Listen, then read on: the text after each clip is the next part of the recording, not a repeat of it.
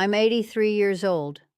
Last Tuesday, my daughter called and said, Mom, we need to talk about where you're living.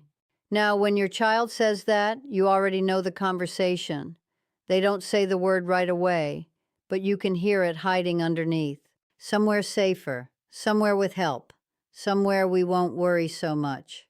I'm Rosemary June, and I want to tell you something honestly. Growing old isn't the hardest part. It's what people decide you should do because you're old. Most people think there are only three choices: move in with your children, hire someone to take care of you, or go live in a facility. I've stood in all three of those doorways, and I walked away from each one. Let me tell you why. After my husband Daniel passed, I spent the first year alone, 50 years of marriage, and then one quiet house. At first, I told myself I was doing fine.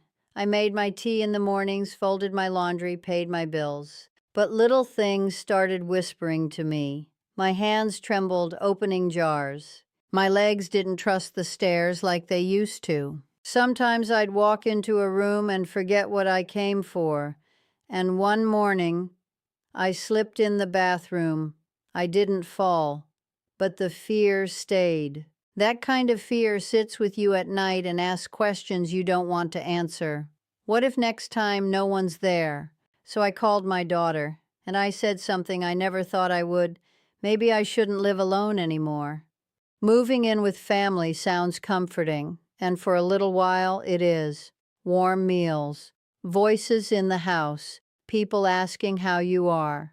But comfort has layers, and underneath it, there's reality.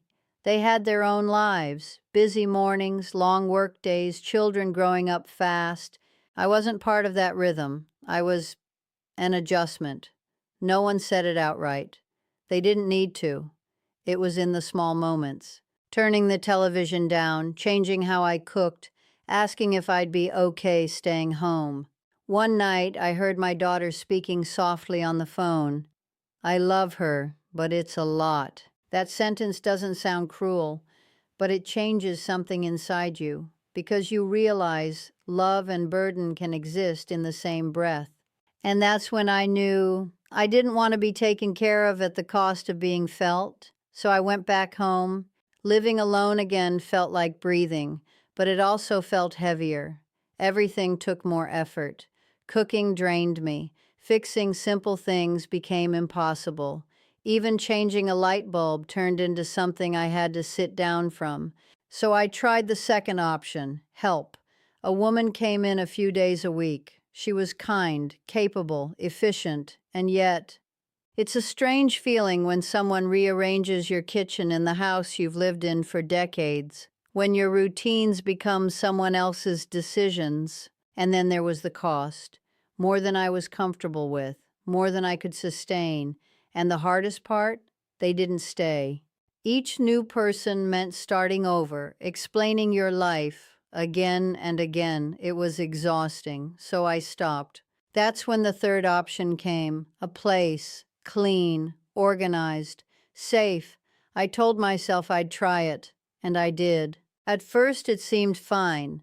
Meals were prepared, people were around, everything was scheduled and predictable. But after a few days, I started to feel something I hadn't expected. Not sadness, not fear, but restriction. My time wasn't mine anymore. Lights dimmed when they decided. Meals happened when they scheduled.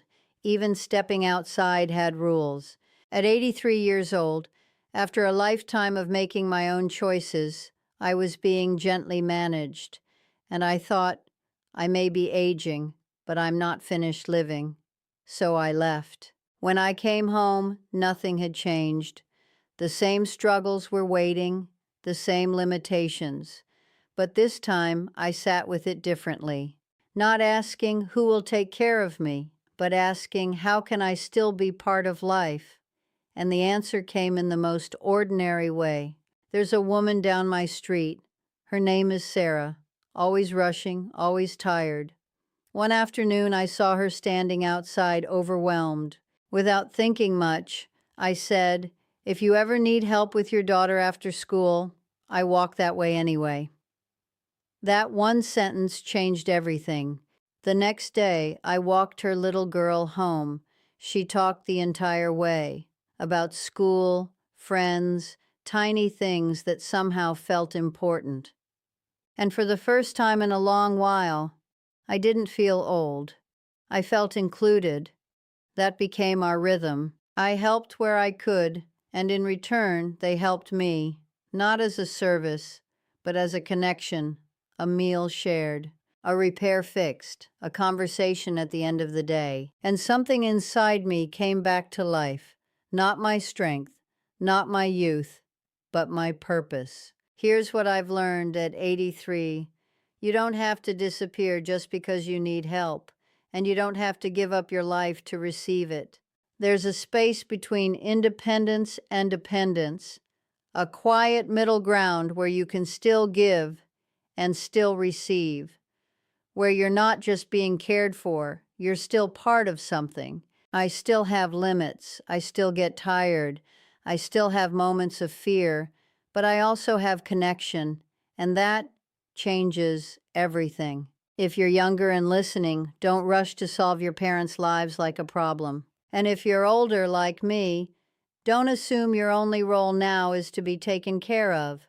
You still have something to offer. It just looks different now. I'm Rosemary June. I'm 83. I live alone, but I'm not alone, and I'm not done yet.